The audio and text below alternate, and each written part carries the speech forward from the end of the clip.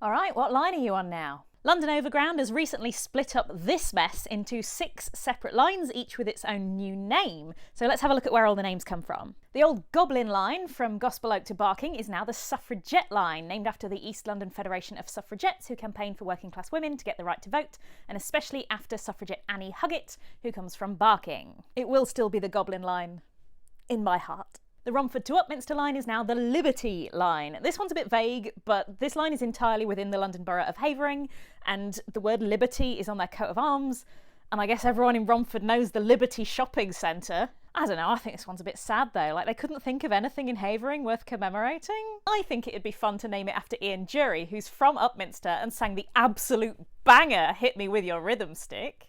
You've also got William Derham, who was the first person to measure the speed of sound.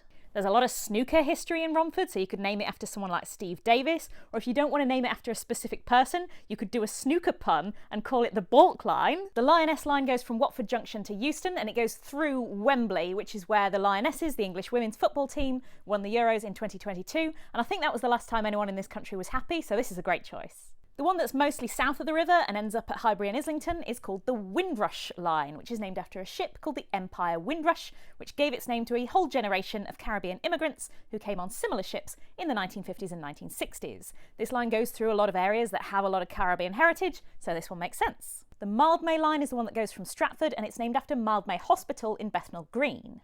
Mildmay Hospital is best known for being the first AIDS hospice in Europe in the pandemic in the 1980s. Princess Diana used to go there a lot when she was doing advocacy work for AIDS patients. So that's very cool, but I hate this name because if you're going to Mildmay Hospital, you do not want the Mildmay line. Their nearest station is Hoxton, and that's on the Windrush line. I mean, if you want queer history, it does go past Hampstead Heath. Seriously though, the poet John Keats and the puppeteer Jim Henson both lived right by Hampstead Heath Station. You could call it the Heath line after the Heath itself. And you've got a big Jewish community up in West Hampstead, so I'm sure somebody who knows Hebrew better than me can come up with a cool name for a line. The Weaver line is the one that goes north from Liverpool Street, and this one references a couple of different histories.